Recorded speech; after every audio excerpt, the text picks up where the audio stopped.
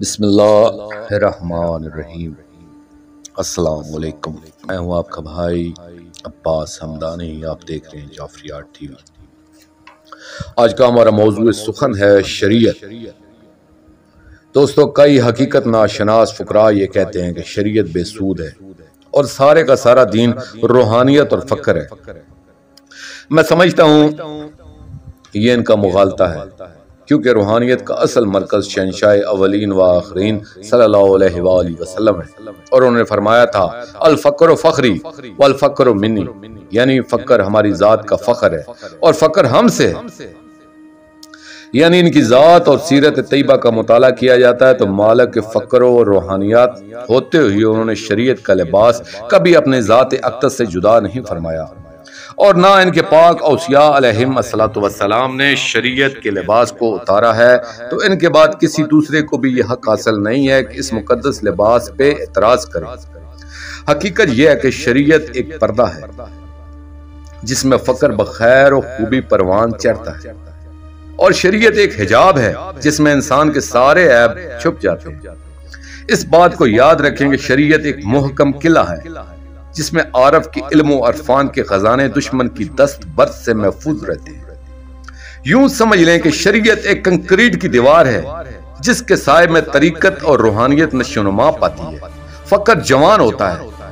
जुमला अहले फक्र इस हकीकत को समझते हैं।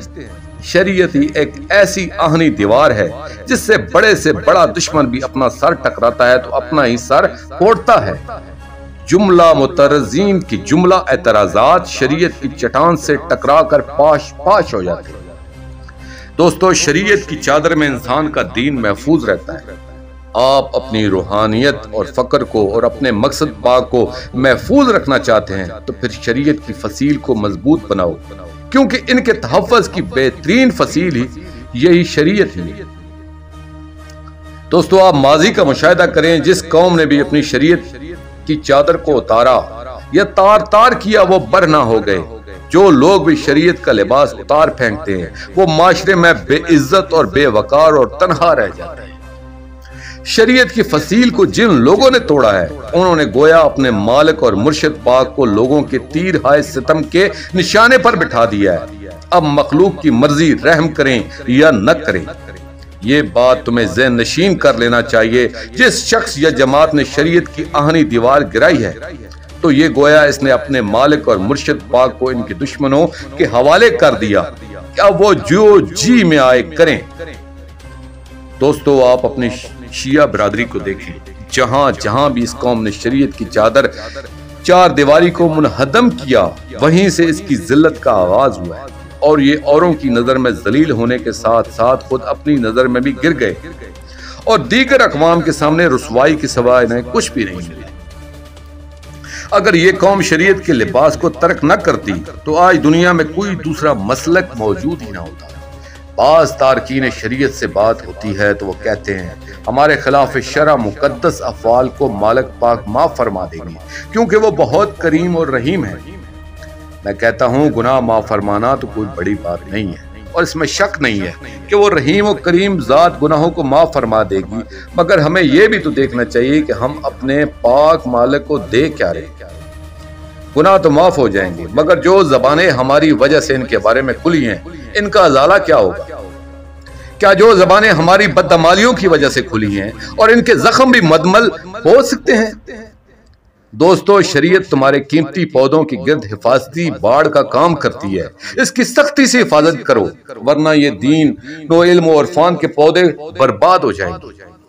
हकीकत यह है कि फक्र व तरीकत व हकीकत व मार्फत की इब्तिदा भी शरीयत है और इंतहा भी शरीयत ही है, क्योंकि फक्र व इरफान की मुब्दा व मुंतहा ज़ात शहंशाह अंबिया सल्लल्लाहु अलैहि वसल्लम ने भी लिबास शरीयत ही हमेशा ज़ेबतन रखा। इसलिए हमें इस लिबास की बेहुरमती नहीं करना चाहिए।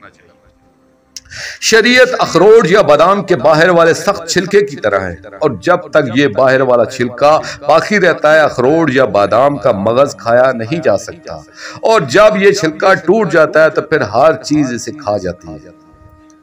अगर कोई चीज इसे ना भी खाए तो भी वो बदबूदार हो जाते हैं। अखरोट और बादाम का मगज फासद हो जाता है। इसलिए शरीयत की हिफाजत करना बड़ा जरूरी है। یہ بھی یاد رکھنا چاہیے کہ اصل مالک ذات پاک اجر اللہ فرج شریف شریعت کے پردے میں محفوظ ہیں۔ اب یہ تمہاری مرضی ہے کہ اس پردے کو تار تار کر کے اپنے مالک پاک اجر اللہ فرج شریف کو بے حفاظت کر دیں یا محفوظ رکھیں۔ دوستو، میری اس بات سے نہ سمجھ لینا چاہیے کہ سب کچھ شریعت ہے، کیونکہ جو لوگ شریعت پر اکتفا کرتے ہیں عرفاء انہیں کشری کہتے ہیں، کیونکہ انہوں نے بادام یا اخروٹ کے چھلکے ہی کو بادام سمجھ لیا ہے، حالانکہ بادام یا کسی بھی چیز کا چھلکا اصل مغز نہیں ہوا کرتا اور نہ ہی کوئی اسے اصل چیز سمجھتا ہے۔ اور یہ شریعت تو اصل رازوں کی محافظت کے لیے ہوتی ہے، مگر اصل وہ ہوتا ہے جو اس کے اندر محفوظ ہوتا ہے۔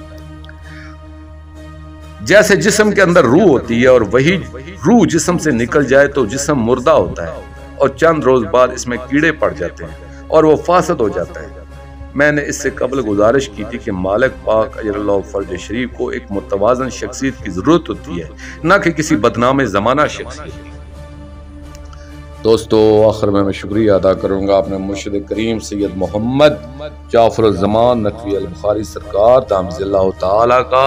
یہ مضمون میں نے ان کی کتاب اسرار الابدیات عملی روحانیات سے پیش کیا ہے، اور آخر میں اپنے پاک شہنشاہ کی بارگاہ میں دعا کریں گے، اللہ جل یا محافظ الشریعت، اللہ جل یا محافظ الطریقت، اجر اللہ تعالی فرجک و صلوات اللہ علیہ یا رب محمد و آل محمد صلی اللہ محمد و آل محمد واجل فرج آل محمد صلی اللہ علیہ وآلہ وسلم۔